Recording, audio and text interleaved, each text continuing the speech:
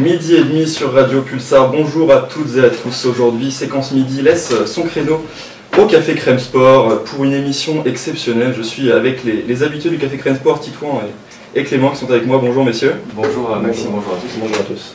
Aujourd'hui, en ce vendredi 4 octobre, nous avons le plaisir de recevoir Erwin Ngapet qui est avec nous, réceptionneur attaquant formé à Poitiers. Joueur de volley international, comptant près de 250 sections en équipe de France, un palmarès long comme le bras. Bonjour Erwin Ngapet. Bonjour à tous. Merci d'être avec nous aujourd'hui. Merci de l'invitation. Vous évoluez aujourd'hui au Zénith Kazan en Super League russe et vous venez d'achever l'Euro de volleyball qui se tenait en France durant ces dernières semaines. Et donc c'est un réel plaisir de vous avoir aujourd'hui pour cette interview, le géant du volleyball français. Nous allons parler évidemment de cet Euro de volleyball, de l'équipe de France dans son ensemble, mais aussi s'intéresser à vous, à votre actualité, puisque vous êtes de retour à Poitiers, vous êtes originaire de Poitiers, et vous avez un certain nombre d'événements à venir dans notre belle ville. Tout d'abord, je voudrais parler terrain dans un premier temps. Une semaine après la fin de l'Euro, quel regard portez-vous sur votre compétition, que ce soit collectivement ou personnellement ? Moi, je pense qu'on a fait une grosse compétition. On a fait un premier tour et un deuxième tour assez exceptionnel. Et malheureusement, au moment le plus important, qui est les matchs coup près, la demi-finale et la place 3-4 pour aller chercher une médaille, on a échoué, mais on a fait une bonne compétition dans l'ensemble malgré cette quatrième place au pied du podium. Ensuite, ce qu'il faut retenir, et c'est ce qu'on dit depuis une semaine, depuis la fin de l'Euro, c'est les salles pleines, les gens qui nous ont suivis, parce que ça faisait 40 ans qu'il n'y avait pas eu de compétition officielle de volleyball en France, donc on était un peu dans le flou au niveau de ça, mais les gens sont venus, les salles étaient pleines. C'est l'équipe 21, la chaîne L'équipe 21 qui rediffusait les matchs, qui a fait un record d'audience, donc c'est le gros point positif de cette compétition. Vous pensez qu'un événement comme l'Euro et effectivement la diffusion en clair de cet événement peut permettre au volleyball de se développer encore en France? Vous avez senti une effervescence particulière au cours de cet événement? Nous, je pense que la génération qu'on a, l'équipe qu'on a, ça fait pas mal de temps comme il y a eu des résultats qu'on est vachement suivis en France. Et le fait d'avoir eu cette chance de faire cet Euro en France et de jouer sur une chaîne en clair comme l'équipe 21, ça a permis beaucoup de visibilité à notre sport. Donc c'est sûr que nous, on fait partie des sports collectifs, j'ai envie de dire en dessous de l'échelle par rapport au basket, que ce soit masculin ou féminin, par rapport au handball masculin-féminin, le foot c'est la même chose. On est loin derrière, donc quand on a l'occasion d'organiser des compétitions comme ça et que ça passe sur une chaîne comme l'équipe, c'est clair qu'on gagne en visibilité, ça popularise vachement notre sport. Par rapport à la compétition, du coup, comme vous disiez, elle s'est déroulée en France. Est-ce que vous avez le sentiment, post-compétition, que ce n'est pas plus difficile en fait de gagner chez soi, aussi parce qu'il y a une grosse densité? Vous disiez ça faisait 40 ans qu'il n'y avait pas eu de compétition en France. Est-ce que vous avez l'impression, avec un peu de recul, que c'était encore plus dur que d'autres événements passés? Non, ça n'a pas été dur parce qu'on s'est bien préparé par rapport à ça. Je pense que ce qui est le plus difficile quand on organise une compétition chez toi comme ça, c'est les sollicitations extérieures. En fin de compte, c'est que les médias ils veulent te voir toi. Tu joues en France, il y a les gens que tu connais qui veulent venir te voir. Et c'est difficile de rester un peu dans sa bulle, parce qu'une compétition c'est ça, tu fais 3 semaines de compète et il faut que tu restes à 200% dans ta compète, et je pense que pour nous ça aurait pu être ça le piège, mais le coach, le staff nous avait bien préparé par rapport à ça, et justement de A à Z, il y a une grosse journée média avant l'Euro, et après on n'a plus vu aucun journaliste, on n'a plus vu les gens à l'extérieur, que ce soit la famille, les copains, et on est vraiment resté dans notre bulle. Ensuite je pense qu'on a pêché un peu physiquement sur la fin, en demi-finale et en place 3-4, mais c'est pour ça que je dis c'était vraiment un atout d'avoir cet Euro en France. Les salles étaient pleines dans les moments difficiles. Quand tu as 15 000 personnes qui te poussent, ça te donne une force que même nous, on ne pouvait pas penser avoir un jour. Donc non, jouer chez soi, ça aide beaucoup. Ouais, vous parlez des salles pleines. Laquelle vous a le plus marqué? Quel est le match? Vous avez senti que vraiment il y avait une adhésion du public et que ça allait entraîner ce que ça a entraîné? Moi, je pense que c'est la première c'est la première fois que c'est arrivé, c'est-à-dire à Montpellier au premier tour, le match contre l'Italie pour la première place de la poule. On n'avait jamais vécu ça, donc ça nous a mis un électrochoc. Mais après c'est Bercy, hein. C'est Bercy, la salle Bercy c'est une salle mythique, c'était magique et on a perdu. Donc c'est dur de dire que c'est le meilleur souvenir. Mais c'était vraiment quelque chose de magique de jouer à Bercy dans une salle comme ça, c'est magnifique. Je me souviens qu'en plus après le match, je crois que c'est quart de finale, vous disiez c'était incroyable à Nantes, enfin, c'était le feu à Nantes, c'était le feu à Montpellier. On espère que ce sera comme ça à Bercy, au final ça n'a pas déçu, entre les jeux de lumière, les gens qui étaient debout, etc. sur le terrain, ça doit être en termes d'adrénaline, ça doit être fantastique. Ouais, c'est clair, c'est qu'en fait il y a eu du spectacle autour du match à chaque fois, dans chaque salle, que ce soit à Montpellier, à Nantes ou à Bercy. Mais les jeux de lumière à Bercy c'est du costaud, c'est vraiment du costaud. Même à la télé, franchement, ça rendait bien. C'était clair.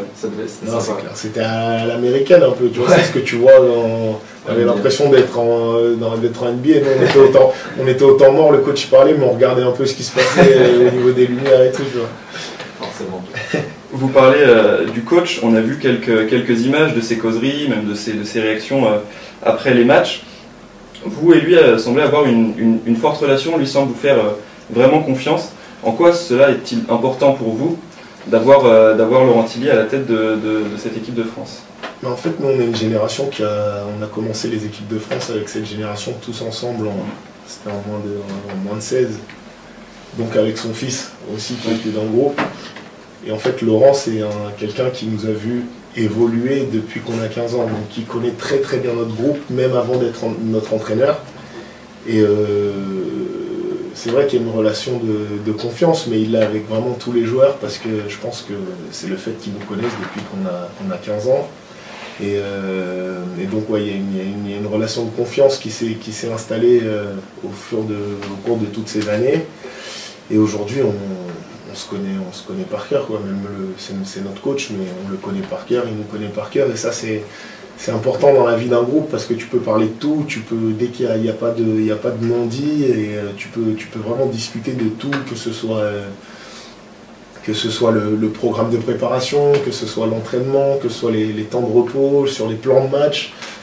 Les plans de match à la fin, c'était même plus des plans de match qu'on faisait, en fait, c'est une discussion, si tu veux, c'est une discussion, et le coach on prend des notes et on le met en place ensemble, le plan de match. Donc c'est quelque chose c'est vraiment un point fort de notre équipe, ça.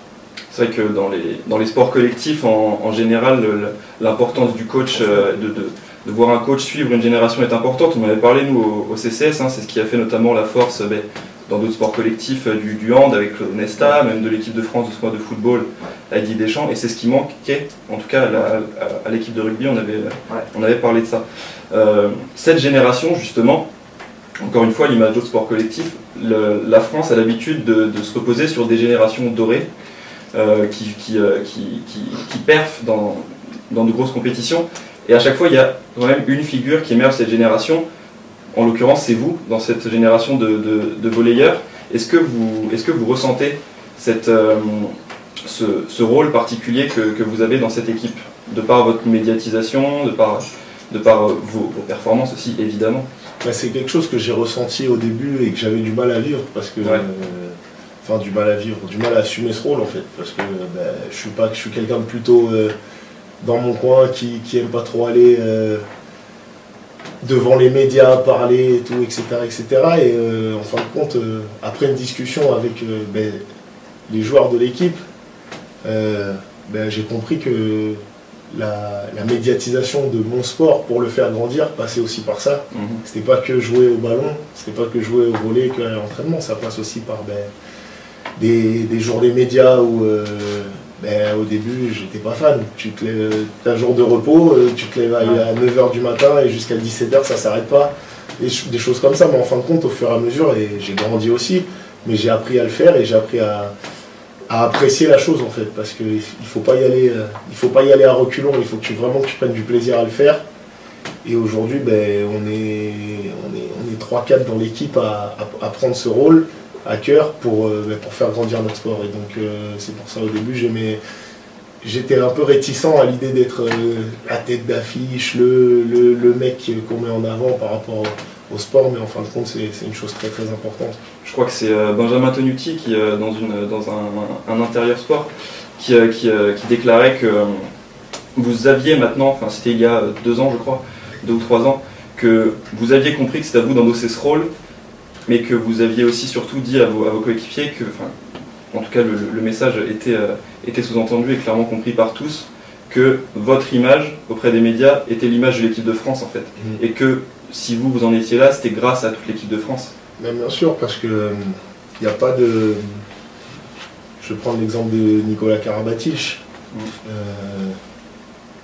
Il y a Nikola Karabatic, mais ce qu'il y a autour, c'est ces gens-là qui lui ont permis d'être ce qu'il est et qui ont apporté les titres. Parce que dans un sport collectif, tu ne gagnes pas de titre tout seul, c'est impossible. Et dans notre sport, le volley, c'est encore pire. Parce que tout le monde touche le ballon. Tu es obligé de faire la passe aux collègues pour gagner, pour marquer le point. Et moi, c'est clair, et j'en suis très conscient que sans cette génération, sans ce groupe autour de moi, je ne serais pas au niveau médiatique où j'en suis aujourd'hui, c'est clair. Par rapport à ça, justement, votre médiatisation, est-ce que vous avez l'impression d'être plus reconnu à l'international qu'en France? Parce qu'on vous rappelle, avant de jouer en Russie, vous jouiez en Italie. Là, vous êtes à Kazan en Russie aujourd'hui. Est-ce que vous avez l'impression que votre rayonnement et peut-être ce que vous méritez en termes de performance pure, vous le ressentez plus à l'international qu'en France, où vous disiez que justement vous pâtissiez un peu d'un manque de reconnaissance peut-être? Mais en fait, c'est pas un manque de reconnaissance, c'est un manque de palmarès régulier en fait. Les handballeurs ils gagnent tout le temps, les footballeurs ils gagnent souvent, mais après le football c'est encore incomparable. Mais les handballeuses, les handballeurs, les basketteurs, les basketteuses, c'est des équipes qui performent depuis très longtemps et qui sont très régulières comparé à nous notre premier titre était en 2015. Donc c'est pour ça qu'on est en dessous. Après tu vas en Italie. En Italie, à part le foot et le volley, il n'y a rien. Okay. Tu vas en Pologne, à part le volley, c'est le premier sport. En termes de sport co, performant, il n'y a rien. Donc le volley est mis plus en valeur dans ces pays-là. Et c'est clair que quand moi j'ai joué en Italie pendant 9 ans, ça n'avait rien à voir avec ce qui se passe en France. Au niveau, on te reconnaît dans la rue, les médias, la pression, parce que tu es dans un sport majeur d'un pays. Quoi. Vous aimez ça, du coup? Un peu cette... Quand tu joues, tu l'aimes. Quand tu joues, tu aimes ça. Quand tu joues dans des salles pleines, même quand tu joues contre le dernier du championnat, ça change. Quoi. Après, il y a aussi les côtés, les mauvais côtés. Les côtés où c'est compliqué d'aller au restaurant, par exemple. Ouais. T'es pas tranquille, quoi. On vient, on t'embête. C'est pas qu'on t'embête, mais on va te demander de faire des photos, on va te demander tout un tas de choses. Là, aujourd'hui, moi, je vais à Poitiers, je veux manger au restaurant avec ma famille, il n'y a personne qui va venir m'embêter. Je vais faire une photo, mais ça va être avec un pote que je connais depuis, tu vois. Ouais. Mais voilà, Modène, c'était ça qui était devenu un peu compliqué sur le long terme. Clément soulignait le fait que vous avez quitté le championnat français il y a quelques années, en 2011, je crois. Vous êtes toujours attentif à la Liga en France? Ouais, bien sûr, je regarde déjà parce que pendant longtemps mon frère joue encore en France. Puis ensuite j'ai beaucoup d'amis qui jouent toujours en France, donc je regarde, c'est clair, c'est quelque chose qui j'en ai parlé avant l'Euro, hein, c'est quelque chose qui dérange un peu parce qu'aujourd'hui il n'y a pas de Français sur le terrain en fait. Il n'y a pas de Français sur le terrain et dans les championnats étrangers, les fédérations et les ligues obligent les clubs à jouer avec leurs joueurs. Et donc ça devient difficile à regarder parce qu'en fait quand je regarde un match de volley du championnat de France, c'est possible que je tombe sur un match où il y a 7 étrangers contre 7 étrangers, il n'y a pas de Français, donc ça m'intéresse moins parce que quand je regarde un match de volley, je ne regarde pas que le match, quoi. Je regarde, ça me ferait plaisir de voir un jeune qui arrive, formé au club, tu vois, tout ce genre de choses. Mais si, bien sûr, je suis attentif à ce qui se passe en France. Il y a ça au basket un peu, on pourrait aussi nourrir ce problème-là aussi un peu avec au rugby. Ouais, au rugby aussi, ouais. C'est un problème qui se pose dans beaucoup de sports collectifs en France, c'est sûr. On va marquer une petite pause dans cette interview avant de reparler d'autres sujets et notamment de votre activité poitevine. Peut-être d'abord à court terme avec cette soirée qui se profile demain soir, et peut-être à long terme, on en reparlera. On va faire une pause musicale donc, et on va écouter un de vos sons, puisque le volley n'est pas votre seule activité. On va écouter Rien à péter, que vous avez produit. Merci à toutes et à tous pour nous avoir écoutés. On se dit à très vite et n'hésitez pas à partager ce contenu si vous a plu. Allez, ciao ciao.